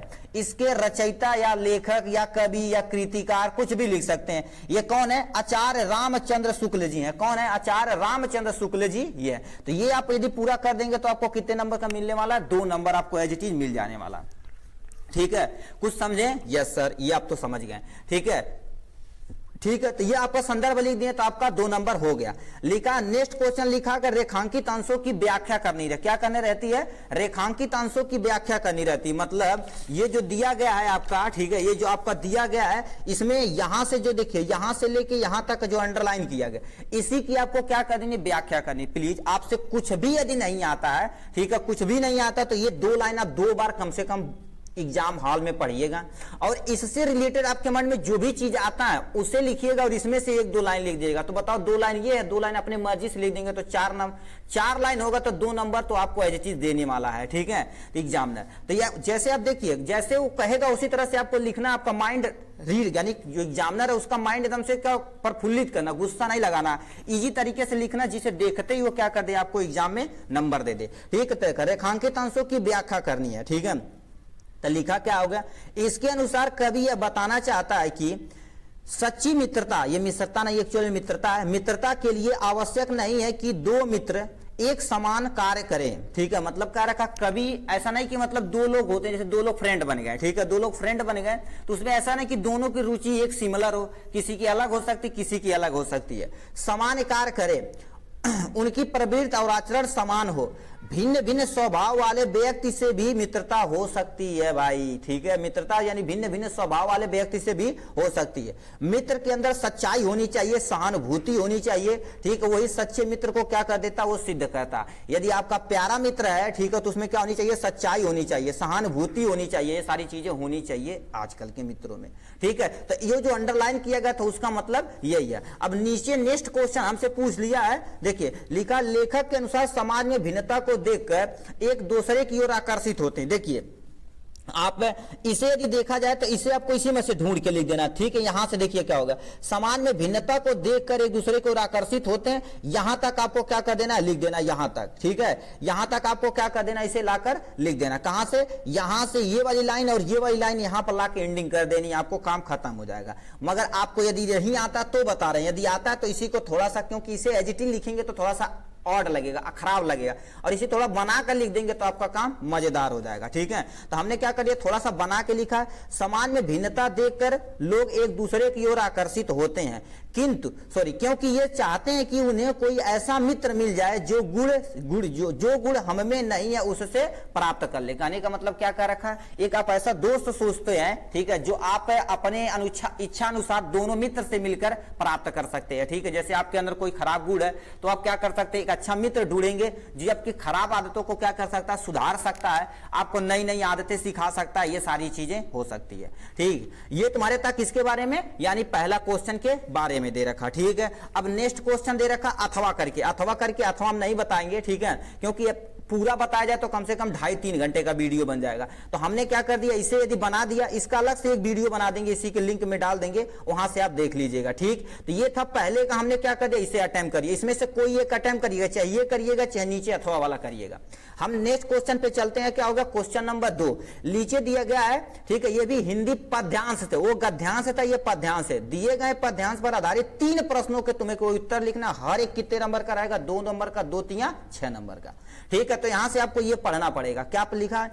चरण कमल बंदो अरिराई, जाकी कृपा पुंग गिरिला है। ठीक है, अब यहां से आ गए। ठीक है, नेक्स्ट पे अंधे को सब कुछ दर्शाई, यानी बहिरो सुने गुंग पुनि बोले, यानी रंग चले सिर छत्र धराई, सूरदास स्वामी करुणमय, बार बार बंदो ती पाई। ठीक है, मतलब ये जो दिया गया है इससे भी 3 क्वेश्चन आपको पूछेगा। कितना? 3 क्वेश्चन पूछेगा जो आपके सामने यहां पर है। देखिए 1 क्वेश्चन, 2 क्वेश्चन, 3 क्वेश्चन। हर एक क्वेश्चन कितने नंबर का रहेगा? 2-2 नंबर का रहता है। कितने नंबर का? 2-2 नंबर का। अब ये 2-2 नंबर का आप अटेम्प्ट करेंगे तो आपको क्या हो गया आंसर इसका? लिख देंगे पूरा तो आपका काम हो जाएगा। ठीक है, तो चलिए इन्हीं के हम आंसरों की तरफ रुक करते हैं। प्लीज आप एक बार इसे जरूर ध्यान से पढ़िएगा। आप ध्यान से पढ़ के आप कॉन्सेंट्रेट हो जाएगा तो आपको पता चलेगा किस पाठ से लिया गया, क्योंकि पाठ पहले जो संदर्भ लिखना रहता है उसी से ही रिलेट करता है। ठीक, तो ये हमने देखिए क्या कर दिया, देखिए ये गद्यांश वाला पोर्शन था। ठीक है, ये गद्यांश, इससे 3 क्वेश्चन दिया गया, 1 2 3, तीनों क्वेश्चन को हम यहां से आराम से करते हैं। तो देखिए क्या प्रश्न उत्तर 2 ऐसे आप लिखेंगे ना एग्जाम में भाई, तो आप फाड़ सकते हैं, समझिए कॉपी नहीं फाड़ना है। ठीक है, एग्जामिनर का एकदम से तगड़ा तरीके से फाड़ देना है कि जिससे आपको ढाकड़ा नंबर दे दे। ठीक है, तो यहां पर लिखा तुम्हारे पास देखो चरण कमल, मतलब उसे बता देना कि चरण कमल बंदो हरिराई से हम लेके टी पाई तक हम इसे लिख रहे हैं, पद्यांश से लिख रहे हैं, ऊपर पद्यांश लिख देना। ठीक है, अब यहां से क्वेश्चन नंबर डाल दिए, पद्यांश डालिए। देखने में कितना देखिए वीआईपी लग रहा है, क्योंकि हमें दिखाना है भाई, दिखा के ही नंबर तो हमें लेना है। जैसे कहते हैं दिखेगा तो बिकेगा। ठीक है, तो वही चीज है। तो सबसे पहले संदर्भ लिखा, संदर्भ में क्या लिखना है, जैसे सेम टू सेम वहां लिखे थे गद्यांश की जगह पद्यांश लिख देंगे, काम खत्म हो जाएगा। ठीक है, तो इसमें लिखा प्रस्तुत पाठ यानी प्रस्तुत पद्यांश। ठीक, हमारी पाठ पुस्तक हिंदी खंड काव्य सूरदास सूरसागर। ठीक है, सूरसागर पद से लिया गया, जिसके रचयिता हमारे पास कौन है, सूरदास जी हैं। कौन है हमारे पास, सूरदास। मेन देखिए आपको यही लिखना पड़ेगा, ये और ये पाठ का नाम लिखना पड़ेगा, पहली बात। ठीक है, अब पद से लिया गया यानी सूरसागर पद से लिया गया, इसके रचयिता कौन है, सूरदास। बस ऐसे लिख देंगे, काम खत्म। ठीक है, तो इसमें लिखा था देखिए हमने संदर्भ, तो संदर्भ इतना आप लिख देंगे, क्या होगा, एग्जैक्ट पाठ का नाम लिखना रहता है, रचयिता का नाम लिखना रहता है। ठीक, ये हो गया। आपको यदि नहीं पता है कि ये कवि हैं कि लेखक है, कि तो लड़कों को रहता कंफ्यूजन कि लेखक है या कवि है, तो आप कुछ मत करिएगा, कृतिकार या रचयिता या कुछ लिख सकते हैं कि नहीं, तो वो लिखिएगा, कोई टेंशन नहीं है। ठीक है, अब देखिए जैसे आपको फंसाने की बात नहीं है कि हम कवि लिख के एक बार काटे हैं और लेखक एक बार लिख के काटे, ऐसे नहीं, रचयिता लिख दिए, समझ जाएंगे क्या हो रहा है, अपना वो समझे। ठीक है, तो ये आपका क्या कर दिए, 1 लाइन 2 लाइन में ये लिख दिए। फिर तुमसे लिखा है निम्नलिखित अंशों की व्याख्या करने, जो रेखांकित अंश है, मतलब ये जो 2 लाइन दिया गया ये तुम्हारे पास क्या होगा, ये आपके रेखांकित है, मतलब क्या हो, ये अंडरलाइन किए गए, इसी अंडरलाइन किए गए शब्दों की तुम्हें क्या करनी पड़ेगी, व्याख्या करनी पड़ेगी। तो एक बात सुनिए, ध्यान से सुनिए, बहिरो सुनी गुंग पुनी बोले, रंग चले सिर छत्र धराई, मतलब इसी का तुम्हें क्या कर देना, पूरा हिंदी में एक्सप्लेन करके व्याख्या कर देना, काम खत्म हो जाएगा। तो यहां पर हमने क्या रेखांकित अंशों की क्या कर दिया, देखिए व्याख्या कर दी है। क्या लिखा है, रेखांकित अंश की व्याख्या पर लिखा प्रस्तुत रेखांकित चित्र। रेखांकित अंश में कवि सूरदास जी से क्या कर रहे हैं, हे प्रभु आपकी कृपा से बहरा व्यक्ति सुनने लगता है, क्योंकि यहाँ पर बहरा व्यक्ति सुनने लगता है और गूंगा फिर से बोलने लगता है, और गरीब व्यक्ति, ठीक है, राजा की तरह सिर पर छत्र धारण करने चलने लगता है। कहने का मतलब देखिए क्या करे, इसमें लिखा है बहिरो सुने, मतलब क्या होता है, यदि प्रभु की कृपा हो, ठीक है, प्रभु की कृपा हो तो बहरा व्यक्ति भी क्या करने का, सुनने लगता है।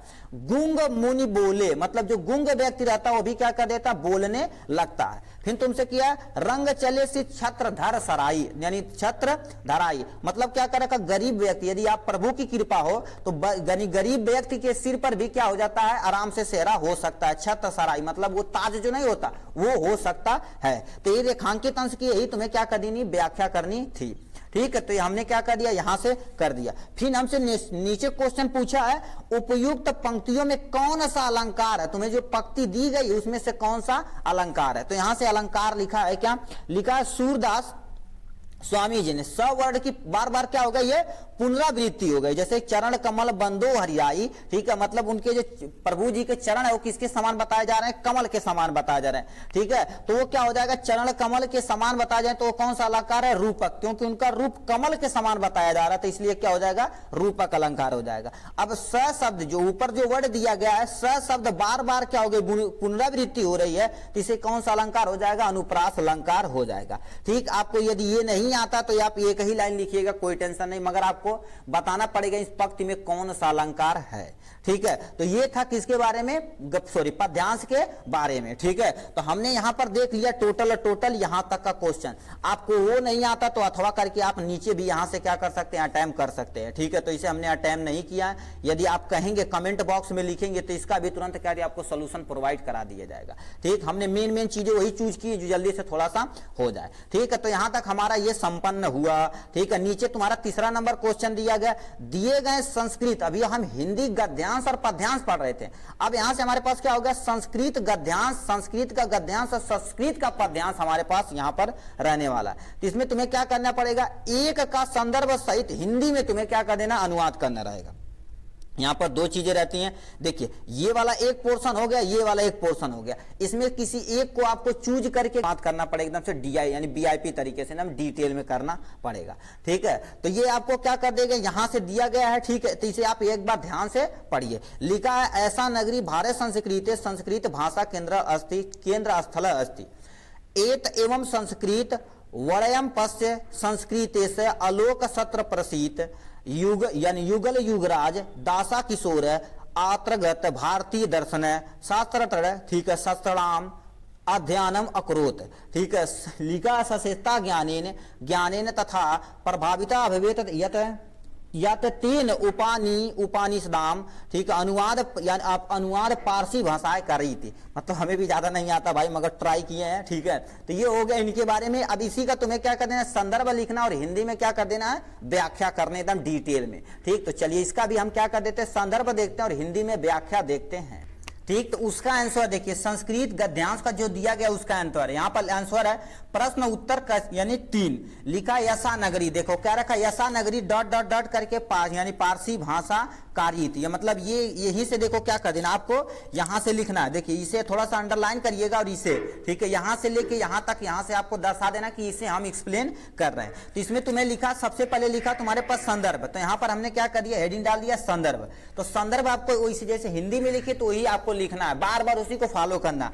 लिखा प्रस्तुत गद्यांश हमारी पाठ्य पुस्तक संस्कृत, वहां हिंदी खंड काव्य लिख रहे थे, यहां से संस्कृत खंड वाराणसी नामक पाठ से लिया गया। इसमें रचयिता एक्चुअल में नहीं होते हैं। ठीक है, तो ये तो आपका भाई आराम रहता, मगर एग्जैक्ट आपको याद होना चाहिए किस पार्ट से लिया गया, ये लिखेंगे तो आपको कितने नंबर मिलेगा, 2 नंबर का। क्योंकि देखिए आप संदर्भ लिखेंगे, ये संदर्भ लिखेंगे तो 2 नंबर, हिंदी में अनुवाद करेंगे तो आपको 3 नंबर, तो टोटल जाके आपको कितना मिलेगा, 5 नंबर मिलने वाला। तो ये आपका सामने ये हो गया इनके बारे में। ठीक है, तो ये आपको इजी से समझिए, मतलब लिखेंगे प्रस्तुत गद्यांश हमारी पाठ पुस्तक संस्कृत खंड वाराणसी नामक, ठीक है, वाराणसी नामक क्या हो गया, पाठ से लिया गया है, पाठ नामक शीर्षक से लिया गया। आपका इसी तरह से आप सेंटेंस कोई सटीक बनाना सीखना।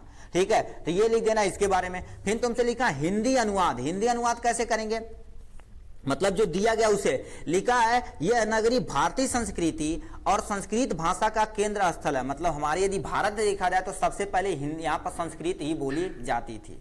ठीक है, यहीं से, ठीक है, यहीं से संस्कृत साहित्य और संस्कृति और संस्कृत भाषा का प्रकाश चारों ओर में फैला। मतलब अपने ही इंडिया से क्या होगा, संस्कृत की भाषा चारों ओर ही फैली हुई थी। पहले जमाना में देखा जाए तो संस्कृत से ही क्या होता था, सब कुछ क्या कर देते थे, ऋषि जो मुनि थे वो सब क्या गुरुकुल में लोगों को सिखाते थे शिक्षा। कम से कम 25 साल तक आपको क्या कर दे, शिक्षा ग्रहण करनी रहती थी डिटेल में पूरा। ठीक है, तो चारों ओर फैला है। ठीक है, मुगल युवराज दारा सिको ने यही आकार भारतीय दर्शन शास्त्र का अध्ययन किया। मतलब जो हमारे पास कौन थे, युवराज दारा सिको जी थे, यहीं पर ही रह के संस्कृत में ही हमारा क्या दर्शन शास्त्र का अध्ययन किए थे। ठीक है, उनके ज्ञान में, ठीक है, उनके ज्ञान से इतना यानी प्रभावित हुआ कि, ठीक है, उसने उपनिषदों का अनुवाद फारसी भाषा में कर दिया। अब देखिए ये जो हमारे पास युवराज दारा सिको जी थे, उन्होंने अपनी भाषा किसमें सीखी थी, संस्कृत में सीखी थी, मगर इतना ज्यादा उन्होंने ज्ञान प्राप्त कर लिया था अपनी भाषा में, क्या कर दिए, फारसी भाषा में उसे क्या कर दिए, जो भी पढ़े थे दर्शन शास्त्र को उसमें क्या कर दिए थे, लिख दिए थे, अनुवाद कर दिए थे। ठीक नहीं, जैसे हिंदी से इंग्लिश में अनुवाद कर देना, उसी तरह से ये भी अनुवाद कर दिए थे फारसी में। तो ये था आपका क्वेश्चन किसके बारे में, यहां से हो गया दूसरा का यानी तीसरे नंबर का ये वाला क्वेश्चन हमने डिटेल में देख लिया। यदि आपको ये भी आता है, ये भी आता, तो केवल ऐसा नहीं कि हमें ये भी आता सर, ये भी आता हम कर दे, नहीं, अथवा आपको क्या कर देना, चूज करना, चाहिए करिए चाहिए करिए। तो हमने इसे पूरा डिटेल में बता दिया। ठीक, नेक्स्ट क्वेश्चन पे चलते हैं। नेक्स्ट क्वेश्चन पे लिखा चौथा नंबर क्वेश्चन, यहां पर ये आपका क्या था, गद्यांश था। अब यहां से तुम्हारे पास क्या हो जाएगा, संस्कृत पद्यांश स्टार्ट हो जाएगा। लिखा संस्कृत पद्यांश में से, ठीक है, किसी एक संदर्भ सहित हिंदी में तुम्हें क्या कर देना, अनुवाद करना। मतलब ये जो श्लोक दिया है, ये जो आपको श्लोक दिया, इसी श्लोक का क्या कर देना, क्या है ये चाहे ये, इसका तुम्हें क्या कर देना संदर्भ लिखना और हिंदी में तुम्हें क्या कर देना पड़ेगा अनुवाद करना पड़ेगा। क्या अनुवाद करना पड़ेगा, ठीक है। तो सबसे पहले हम क्या कर देते हैं किसी का हिंदी अनुवाद, हम चलिए ये छोटा सा तो इसे हम दोनों का कर देते हैं, ठीक है। तो ये आपका क्या होगा सामने यहां से आ जाते हैं, ठीक है, नेक्स्ट पे चले जाते हैं, ठीक है। ये सॉरी दूसरा भाई दूसरा देखते हैं, भाई तू आजा इधर, ठीक है। तो देखिए ये आपका क्या दे रखा है मानव जीवन वाला है जी, रुक जाओ भाई नहीं सॉरी भाई, ठीक है। देखिए ये हमने क्या कर दिया, इसे पूरा देख लिया, इसका भी हमने ठीक है सोल्यूशन रखा है, तो हम आपको दिखा देते हैं, ठीक, थोड़ा झटके में दिखाएंगे मगर आपको दिखाएंगे, क्योंकि देखिए हमारा मकसद ये नहीं, हम ऑफलाइन कोचिंग वगैरह ठीक है साइंस वगैरह पूरा डिटेल में पढ़ाते हैं, ठीक है। तो ये तो थोड़ा सा लगा कि लोगों को बताना चाहिए, ठीक है। तो आपको यदि हम जब तक पूरा डिटेल में डेप्थ करके एकदम से क्लियर क्रिस्टल क्लियर नहीं कर देते तब को हमको भी संतुष्टि नहीं होती है, ठीक है। एक अच्छे टीचर की यही पहचान होती है कि जब तक क्या होगा खुद नहीं संतुष्ट होगा तब तक लड़के संतुष्ट नहीं हो पाएंगे, ठीक है। तो ये लिखा अथवा करके भी इसका तुम्हें क्या कर देते हैं संदर्भ और हिंदी में अनुवाद हम आप कर करके दिखा देते हैं, आपके सामने ये रहा, ठीक है। हम पढ़ के सुना देते हैं मानव जीवन वाला, ठीक है, तस्मात् स्वीकृति, और संदर्भ लिखा तुम्हारे पास प्रस्तुत गद्यांश हमारी पाठ्य पुस्तक संस्कृत खंड भारतीय संस्कृति पाठ से लिया गया, मतलब जो आपके सिलेबस में भारतीय संस्कृति है, ठीक है, हिंदी में उससे पाठ से ये लिया गया। अब इसका तुम्हें क्या कर देना है हिंदी में अनुवाद करना है, तो हमने हिंदी में अनुवाद यहां कर दिया, लिखा है मानव जीवन को संभालना साजना संवरना ही संस्कृति है, मतलब हमारा जो मानव जीवन है वो क्या होगा सजना और संवरना ही क्या कर देता है संस्कृति है। सजना संवरना मतलब पाउडर क्रीम लगाने का मतलब नहीं कर रखा, अपने ज्ञान की जो भाषा है, ठीक है, अपने अंदर ग्रहित करना, और मां सरस्वती की कृपा से जो भी आपको यदि ज्ञान अर्जित हुआ तो दूसरे में लोगों में क्या कर देना बांटना है। हमारे देश को इसी की जरूरत है, ठीक है। हमारे पूर्वज ने मानव जीवन को ठीक है संवारने के लिए महान प्रयत्न किए थे, मतलब हमारे जो भी महान जीव यानी महान जीव थे, ठीक, जैसे बहुत सारे कवि लेखक ये सब कुछ क्या थे अपने जीवन हमारे जीवन को संवारने के लिए, मतलब अगली जो पीढ़ी आने वाली उसे अच्छा बनाने के लिए क्या बहुत प्रयत्न किए, ठीक है। उन्होंने हमारे जीवन को सजने संवारने के लिए उचित आचरण किए, विचारों को प्रदर्शित किए जो हमारी संस्कृति है। जैसे हमारा कल्चर देखा जाए इंडिया का इतना अच्छा कल्चर है, ठीक है, एकदम वीआईपी तरीके से धोती कुर्ता साड़ी, ठीक है, एकदम से। अब मगर हमारा कल्चर बिगड़ता चला जा रहा भाई, ठीक है, मगर कोई हम यदि कहेंगे ठीक है कल्चर बिगड़ता चला जाएगा अब कोई गलत ले लेगा, हमारा कोई उद्देश्य नहीं है कहना, ठीक है, मगर अपनी संस्कृति को बनाए रखना हमारा कर्तव्य है, ठीक है। अभी साउथ की मूवी वगैरह देखते हैं तो उसमें देखेंगे जो भी सेलिब्रिटी रहती है अपना फोटो यदि कैचअप कराती है तो एकदम से वीआईपी तरीके से क्या कर देती, जो भी उनका पोशाक है एकदम बढ़िया तरीके से पहनती, मगर हमारे जो है क्या किया जाए, ठीक है। तो हमारे पास क्या हमारी संस्कृति को सब कुछ बनाने का, ठीक है, हमारा उसे बनाए रखने के लिए जो अगली जनरेशन को मिलने वाली हमारा कर्तव्य बनता है, ठीक है। तो ये था इसके बारे में। अब नीचे दे रखा तुम्हारे पास क्या दे रखा पद्यांश दे रखा, क्या दे रखा पद्यांश दे रखा, इसमें से एक श्लोक और दो श्लोक, किसी भी श्लोक से तुम्हें संदर्भ लिखना और हिंदी में तुम्हें क्या कर देना अनुवाद करना। तो हम दोनों का कर देते क्योंकि ये छोटा छोटा इसमें ज्यादा दिक्कत नहीं है, ठीक है। तो आपको देखिए संस्कृत पद्यांश यहां से सामने दे रखा। चौथा नंबर देखिए क्वेश्चन, जैसे देखिए आप वीआईपी तरीके से देखिए प्रश्न उत्तर आप ऐसे डालेंगे, प्रश्न प्लीज ना लिखिएगा क्योंकि आप इतना टाइम नहीं रहेगा कि आप प्रश्न छापे बैठे, ठीक है। लिख दिया मानव हिते, ठीक है, मानव हिते, ठीक है, ये वाला देखिए लिखिए एक बार पढ़ देते हैं। मानव होते यानी प्रियो भवती, ठीक है, भवती क्रोध हित्या न सोचती, काम हित्या वर्ध यानी वर्थानवान, ठीक है, यानी भवती लोभ हित्या सुखी भवते, मतलब इसका तुम्हें क्या करना है संदर्भ लिखना, हिंदी में क्या कर देना अनुवाद करना। थोड़ा सा कठिन है भाई मगर आपको क्या करना पड़ेगा, देख लेंगे तो आप जरूर सारा चीज कर देंगे। तो संदर्भ लिखा है प्रस्तुत श्लोक हमारी पाठ्य पुस्तक संस्कृत खंड से जीवनी जो तुम्हारे पास क्या होगा जीवनी सूत्राणी पाठ से लिया गया, पाठ के शीर्षक से लिया गया है, इसे आप लिख देंगे संदर्भ। तो 2 नंबर आपका यहां मिल जाएगा, ठीक है। अब इसका हिंदी में तुम्हें क्या कर देना अनुवाद करना। तो लिखा अहंकार रहित व्यक्ति, ठीक है, अहंकार रहित मनुष्य को सभी को प्रिय होता, मतलब अहंकार रहित जिस ऐसा व्यक्ति जिसमें अहंकार न हो, ठीक है। देखिए कितने लोग झगड़ा कर देते हैं ना, तो कितने लोग बदला लेकर सोचते हैं, मतलब आप मुस्कुरा के चले जाइएगा तो समझिए उसका आधा वहीं पर वो उसका और गुस्सा बढ़ जाएगा, ठीक है। तो जो अहंकार रहित व्यक्ति रहता है जिसमें अहंकार नहीं रहता वो क्या होता है सभी लोगों को क्या होता है प्रिय होता है। इसलिए अनुरोध है आप जिंदगी में कहीं भी रहिए तो हंसते खेलते मुस्कुराते रहिए, ठीक है। देखिए अब किसी को बुरा भला कहने से पहले उसके प्रति सोच लीजिए कि क्या हम यदि सोच देंगे तो उस पर क्या बीतेगी। ठीक है, तो आपसे अनुरोध कुछ भी यदि बोलिए, ठीक है, तो आप एकदम से सोच समझ के तभी बोलिए। ठीक है, तो ये लिखा सभी को प्रिय होती है, तो एकदम से करेक्ट है।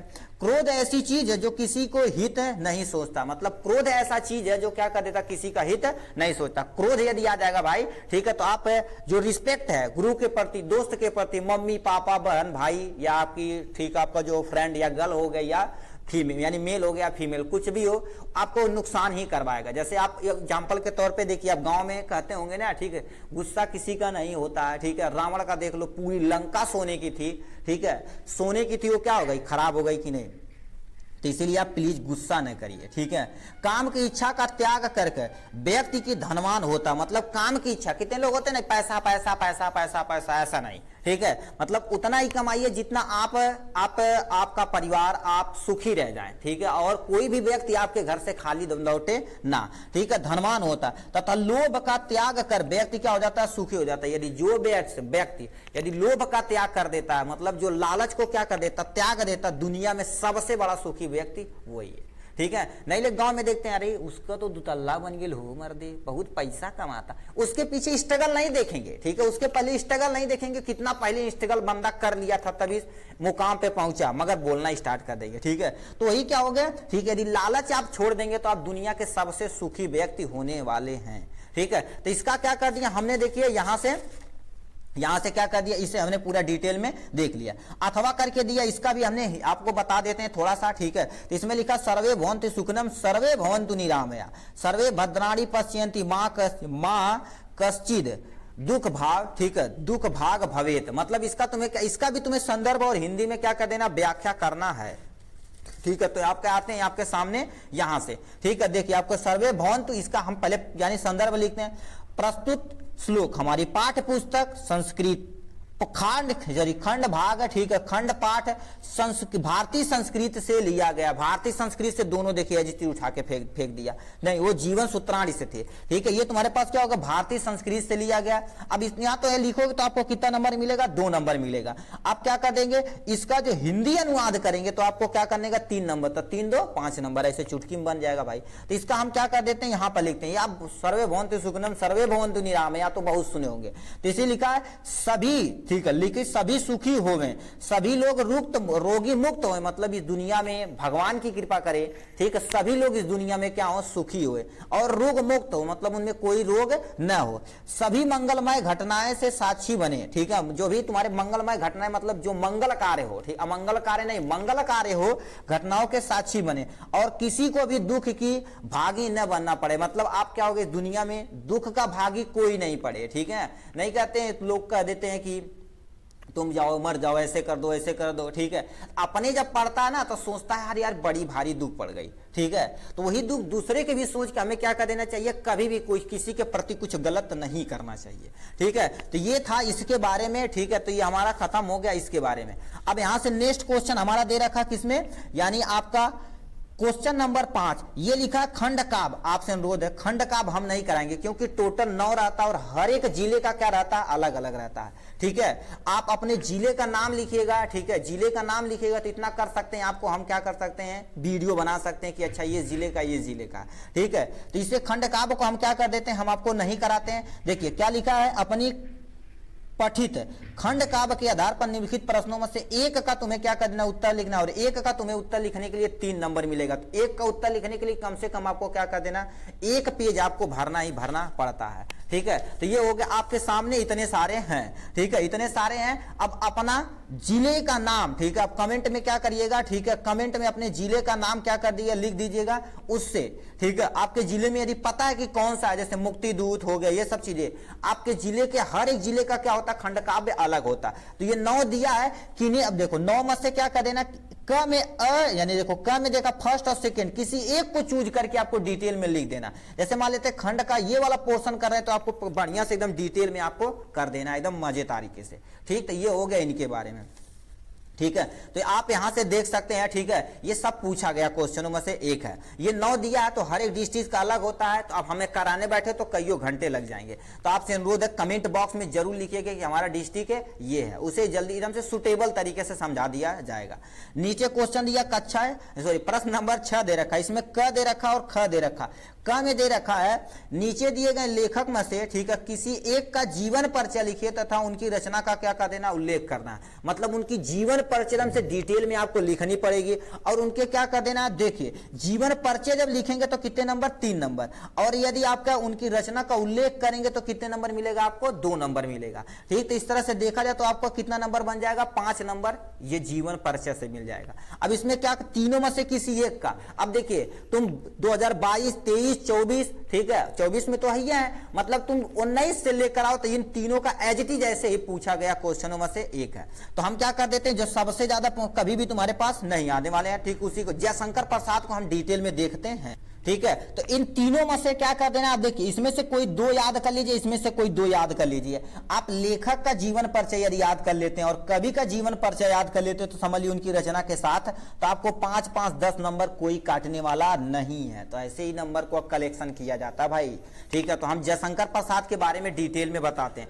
देखिए आपको करना क्या है, ठीक है, तो हम देख लेते हैं क्या, जयशंकर प्रसाद की पूरी जीवनी बढ़िया से। ठीक है, देखिए आपको कैसे लिखना है, आपको जीवनी ऐसे लिखना है, जयशंकर प्रसाद को डबल इन्वर्टेड कामा के अंदर लिखना है और ऐसे क्या कर देना, अंडरलाइन कर देना ब्लैक पेन से। आप स्केच से ऐसे जब लिखेंगे ना तो आपको अट्रैक्टिव लगेगा। देखिए आप कितने लाखों करोड़ों लोग बच्चे क्या कर देते हैं, एग्जाम देते हैं, मगर थोड़ा सा आपको अलग लिखना है। ठीक है, अलग लिखना, आप क्या क्या चीजें होनी चाहिए, आपके पास एक ऐसे प्यारा सा स्केच होना चाहिए। ठीक है, आप पर डे क्या करिए, एक नया नया स्केच लिख जाइएगा, जिससे नया जो स्केच रहता है वो पतला चलता है, ये कंपेयर देखा जाए थोड़ा सा मोटा चला है। और आपके पास एक डॉट पेन होनी चाहिए, ज्वेल पेन नहीं, डॉट पेन होनी चाहिए, और एक ब्लैक पेन होना चाहिए। कम से कम 3 चीजें तो कंपलसरी होनी चाहिए। आपके पास स्केल वगैरह रहे तो अच्छी बात है। ठीक है, तो मतलब ये सब तैयारी के साथ आपको क्या कर देना, पेंसिल वगैरह लेकर जानी पड़ेगी। ठीक है, ये हो गया इनके बारे में। थोड़ा सा आप अलग लिखेंगे तो आपका अलग ही नंबर रहेगा भाई।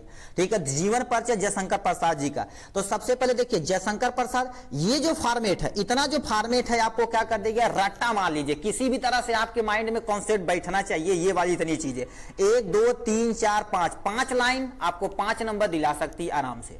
ठीक है, तो आपका जयशंकर प्रसाद, इनका जन्म 1900, ठीक है, सॉरी 1890, कहीं कहीं लिखा रहता है 89, ठीक है 89, कहीं कहीं 90, उससे टेंशन नहीं लीजिएगा। ठीक है, ये किसी किसी बुक में क्या होगा, 90 की जगह क्या होगा, 1 कम दिया रहता। ठीक, जन्म स्थान कहां होता, काशी के उत्तर प्रदेश में हुआ था, उत्तर प्रदेश के काशी में हुआ था। ठीक है, इनके पिता का नाम क्या था, देवी प्रसाद। इनका मृत्यु कब हो गया था, 15 नवंबर 1937, 15 नवंबर 1937। यदि 15 नवंबर भी आपको नहीं याद है तो आप लिख दीजिएगा, यानी 1937 में हुआ था। ठीक है, तो ये हो गया इनके बारे में।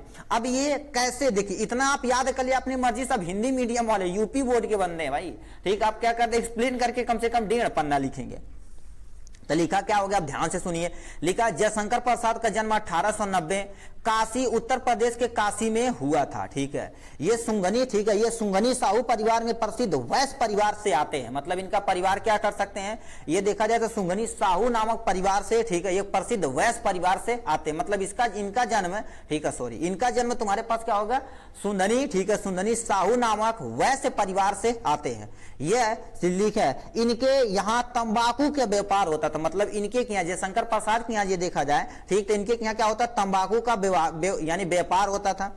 इनके पिता का नाम देवी प्रसाद था। क्या था, ये वाला अंडरलाइन कर दिएगा, इनके पिता का नाम क्या था, देवी प्रसाद था। ठीक, इनके पिता बहुत दयालु प्रकृति थे। इनके जो हमारे जो पिता थे, इनके बहुत ही दयालु प्रकृति के थे। बाल्यावस्था में माता पिता के, ठीक है, बहुत के साथ बहुत तीर्थ यात्रा किए थे। मतलब बचपन से ही क्या कर देते थे, ये जब बाल्यावस्था में, तभी से क्या कर देते थे, बहुत सारी जगह यात्रा कर चुके थे। ठीक है, बहुत सारी जगह यात्रा कर देते थे। जब यात्रा करते थे तो तीर्थ स्थलों पर जाते थे, तो इनका माइंड वहीं से डाइवर्ट हुआ कि हमें क्या कर देना, इन सब चीजों के बारे में त्याग के सब हमें अच्छा काम कोई करना। तो यहां पर लिखा, देखिए कुछ समय पश्चात पिता तथा 4 वर्ष के पश्चात यानी माता का क्या हो गया, मृत्यु हो गया। मतलब कुछ समय के पश्चात तीर्थ यात्रा वगैरह सारा चीज कर लिए थे, उसके बाद 2-4 साल बाद इनके क्या हो गया, पिता तथा 4 साल के बाद माता का क्या हो गया, पहले मृत्यु हो गया। मतलब लिख देंगे कि इनके पिता का मृत्यु को होने के 4 साल पश्चात इनकी माता का मृत्यु हो गया। अब देखिए इनकी माता जी का यदि मृत्यु हो गया तो इनके जो सिर पे क्या होगा, पहाड़ टूट चुका था दुख का, ठीक है। कुछ समय बाद हो गया यहां से जयशंकर प्रसाद जी क्षय रोग से कारण, ठीक है, क्षय रोग के कारण 47 वर्ष की आयु में, कितना 40 साल 47 वर्ष की आयु में 15 नवंबर 1947 को संसार को विदा हो गए। संसार से क्या हो गए, एक हमारे प्यारे से जयशंकर प्रसाद जी, ठीक है, यहां से क्या कर दिए, हमारे विदाई ले लिए, ठीक है। तो आप देखिए इसी तरह से आप बना के वहां से पूरा डिटेल में लिख सकते हैं। अब इनकी रचना क्या थी, रचना तो आप क्या नाटक में, रचना में आप 2 कोई लिखिएगा, उसी के बारे में थोड़ा सा नहीं लिखिएगा, तब भी कम से कम 2-3 आप लिख दे, क्योंकि 2 नंबर आपका मिलता है। देखिए आपको दिखा देते हैं, यदि जीवन परिचय लिखते हैं तो 3 नंबर, यदि आपको क्या कर देते हैं, रचना का उल्लेख करते हैं तो 2 नंबर। तो हमने क्या कर दिया, नाटक लिख दिया। तो लिखा, देखिए हम क्यों लिखे, क्योंकि पूछ सकता है, ठीक है, ये चंद्रगुप्त किसकी रचना है, तो आपको किसने मारी है, जयशंकर प्रसाद की है, ठीक है। ध्रुव स्वामी, ये 2022 में क्वेश्चन पूछा गया, ध्रुव स्वामी किसकी रचना है, ऑप्शन दे देगा 4, ठीक है। ध्रुव स्वामी किसकी रचना है, जयशंकर प्रसाद की। एक घूंट, ये भी किसकी रचना है, जयशंकर प्रसाद की है। या तुमसे पूछ सकता है, ठीक है, चंद्रगुप्त किस विधा की रचना है, वो देगा नाटक, कहानी, उपन्यास, ठीक है। तो ऐसे आप किस पे मार दीजिएगा, नाटक पे मार दीजिएगा।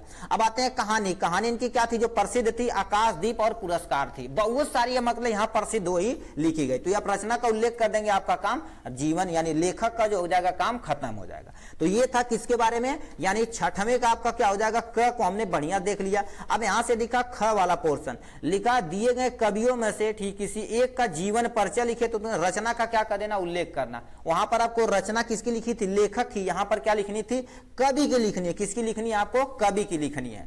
तो आप यहां से स्क्रॉल करके जाएंगे नीचे, ठीक है, स्क्रॉल नहीं कर रहे हैं भाई, मोबाइल नहीं है ना, ठीक है। यहां नीचे करके जाएंगे तो यहां से देख सकते हैं, देखिए क्वेश्चन नंबर 6 था और ख दे रखा, कवि जीवन परिचय महाकवि सूरदास जी की है, ठीक है। इनको नमन है भाई, ठीक है। देखिए आपको सूरदास की क्या करनी पड़ी, जीवन परिचय लिखनी पड़ती है भाई। तो इनका नाम क्या था, सूरदास, यहां लिख दिए। इनके पिता का नाम क्या था, रामदास सरस्वत, यानी सरस्वत था, ठीक है, सरस्वता था, ठीक है, या कहीं सरस्वत लिखा रहता है, ठीक। जन्म देखा जाए तो आपका क्या हुआ था, 1478 ईस्वी में। कब, 1478 ईस्वी में। कहीं या कहीं संवत लिखा रहता है, ठीक है, इसी से मतलब वो 53 या 54 साल के इस ईस्वी से क्या होता है, डिफरेंस होता है, ठीक है। तभी कोई टेंशन नहीं है, ठीक। जन्म हो गया, जन्म स्थल कहां हुआ था, कलकत्ता, आगरा, यानी उत्तर प्रदेश के आगरा में हुआ था, ठीक है। ये भी नहीं याद रहेगा, तभी कोई टेंशन नहीं, ये आप लिख सकते हैं, ठीक है। निधन कब हो गया था, 1583 ईस्वी में इनकी मृत्यु हो गई थी। इनके गुरुजी का नाम क्या था, महाप्रभु वल्लभाचार्य, महाप्रभु वल्लभाचार्य के का था इनका, ठीक है। इनके गुरुजी का मतलब सूरदास, जो हमारे महान कवि सूरदास जी, तो उनके गुरुजी का नाम क्या था, महाप्रभु वल्लभाधार था, ठीक है, वल्लभाचार्य था। एक गुरु की यदि आपके ऊपर कृपा पड़ जाए, ठीक है, आप यदि छाया पड़ जाए, तो समझ लीजिए शिष्य की क्या हो जाती है, बहुत अच्छी जिंदगी बन जाती है। तो ये था इनके बारे में। अब इसी लाइन को आपको 5 लाइन को आपको माइंड में किसी भी तरह से क्या कर देना, कॉन्सेप्ट बैठा लेना।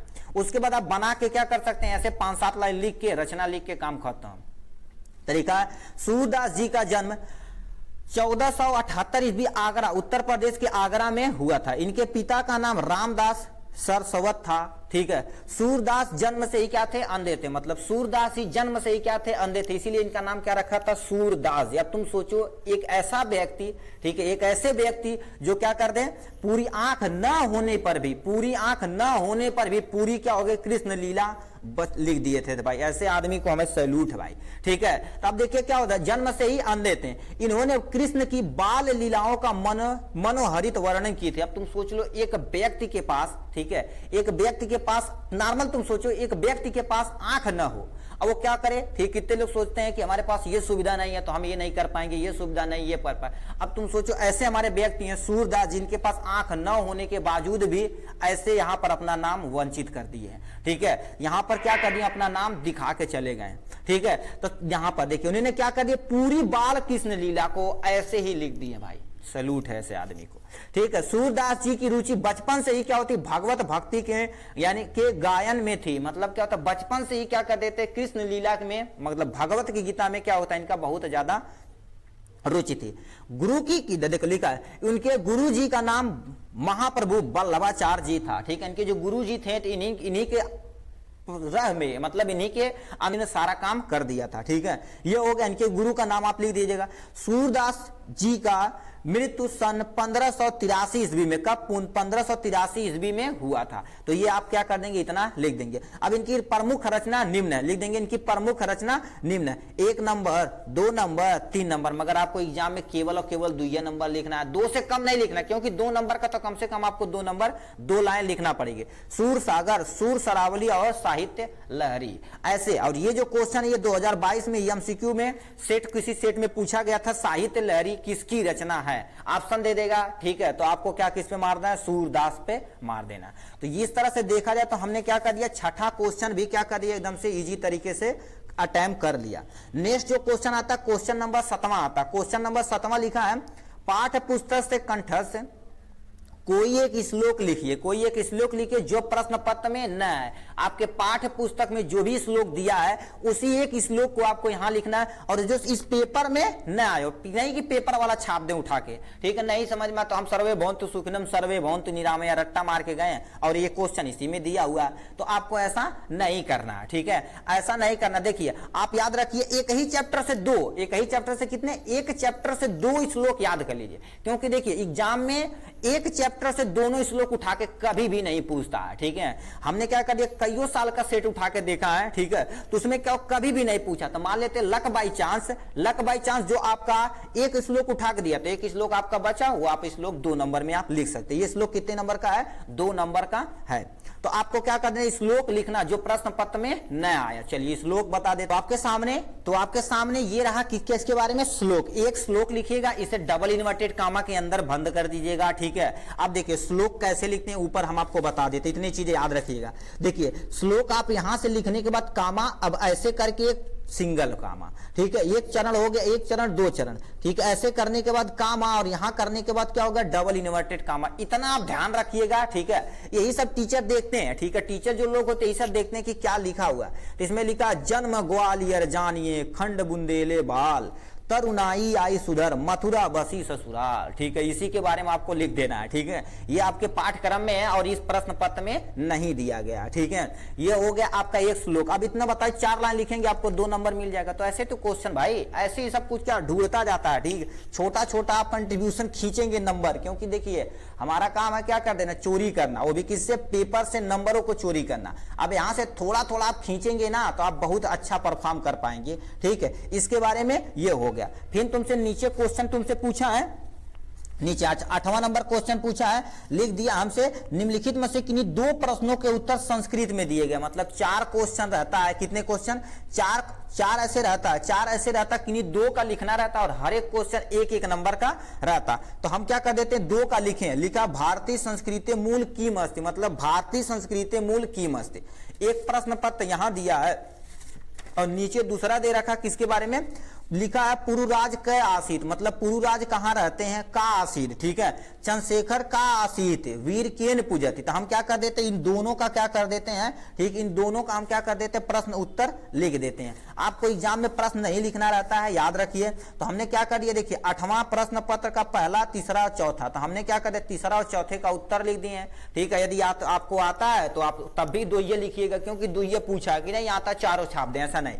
लिखा, चंद्रशेखर क आसीत, चंद्रशेखर देश के प्रसिद्ध क्रांतिकारी भक्त च आसीत। ठीक है, ये हमारे चंद्रशेखर जी थे, हमारे देश के सबसे बहुत महान तुम्हारे पास क्रांतिकारी थे, जो देशभक्त, देश को आजाद कराने में अपनी कुर्बानी दे चुके थे। ठीक है, ये हो गया। फिर पूछा, वीर केन पूजत, तो लिख देंगे वीर वीरेण पूजत, मतलब वीर को कौन पूछता है, जो वीर लोग रहते हैं वही क्या पूछते हैं। ठीक है, वीर वीरेण पूजत। तो ये था इनके बारे में। ठीक है, तो ये हो गया। यहां से देखा जाए तो हमने क्या कर दिया, पूरा डिटेल में देख चुका। लास्ट एंड फाइनल क्वेश्चन आपका बचता कितना, क्वेश्चन नंबर 9 और क्वेश्चन नंबर 10। क्वेश्चन नंबर आपका निबंध रहेगा कितने नंबर का, 7 नंबर का रहेगा। अब किस पे लिखना रहेगा। ठीक है, ये देखा जाए तो वीडियो लगभग 45 मिनट का हो गया। ठीक है, तो आपका जो नेक्स्ट वीडियो आएगा क्या होगा, पर्यावरण संरक्षण के संरक्षण के उपाय पर आएगा। मतलब ये बचा हुआ और एक पत्र बचा हुआ है। ठीक है, तो आपको देखिए इन दोनों को तैयार कर लेना है। ठीक है, तो इस विषय पर निबंध लिखना, किसी एक विषय पर आपको निबंध लिखना है। और क्या कर देना, जैसे तुम्हारे पर्यावरण संरक्षण के उपाय, इस पे आप लिख सकते हैं, या आप नीचे लिखा आतंकवाद कारण और निवारण पे लिख सकते हैं, या आप क्या कर सकते हैं जनसंख्या लाभ और हानि पर लिख सकते हैं, नारी सशक्तिकरण पर लिख सकते हैं। किसी पे लिखिएगा कोई टेंशन नहीं, मगर उन्हीं पे लिखिएगा जिस पे आपको पूरा फुल्ली कॉन्फिडेंस के साथ आता है। अब इसे कम से कम 7 नंबर का, तो आपको कम से कम 2 पेज आपको एग्जाम में भरनी है, ठीक है। तो इसी तरह से आप यहाँ से नंबर खींच सकते हैं। तो इसका भी हम क्या कर सकते हैं, देखिए निबंध आए तो ऐसे नहीं हर लिखना स्टार्ट करिए, ऐसा नहीं, हेडिंग डाल के उसके अंदर जो हेडिंग वगैरह रहती है उसे आप कंट्रीब्यूट उसमें लगाएंगे ना, ठीक है, तो आपका बहुत अच्छा नंबर मिलेगा, ठीक है। तो इस सब पे नंबर मिलता है भाई, ठीक है। तो आप हेडिंग डालिए इसके, यानी पेंसिल से नहीं इससे डालिए, ठीक है। इससे डालेंगे थोड़ा मोटा रहेगा, टीचर को लगेगा हाँ कुछ अलग किया है। ये हो गया, इन पे किसी एक पे लिखना पूरा डिटेल में, ठीक। या तुमसे 10वां नंबर क्वेश्चन तुमसे पूछा है, लिखा अपनी विशेष रुचि का उल्लेख करते हुए अपने मित्र को क्या कर देना, एक पत्र लिखना है, जो कितने नंबर का, 4 नंबर का है, ठीक है। अथवा करके दिया है, ठीक है, लिखा अथवा करके, चाहे आपको ये अटेम्प्ट करेंगे तो 4 नंबर, ये अटेम्प्ट करेंगे तो 4 नंबर, कोई एक अटेम्प्ट करना, अथवा करके दिया है। उत्तर मध्य रेलवे के एक शिकायती पत्र लिखिए जिसमें टिकट निरीक्षण द्वारा किए गए अभद्र व्यवहार का तुम्हें क्या कर देना, उल्लेख करना पड़ेगा। ये भी कितने नंबर का है, हमारे 4 नंबर का है। तो इन दोनों का जल्द ही क्वेश्चन आंसर आ जाएगा, कोई टेंशन नहीं। अब इसके बाद देखिए, आप यदि भाग्य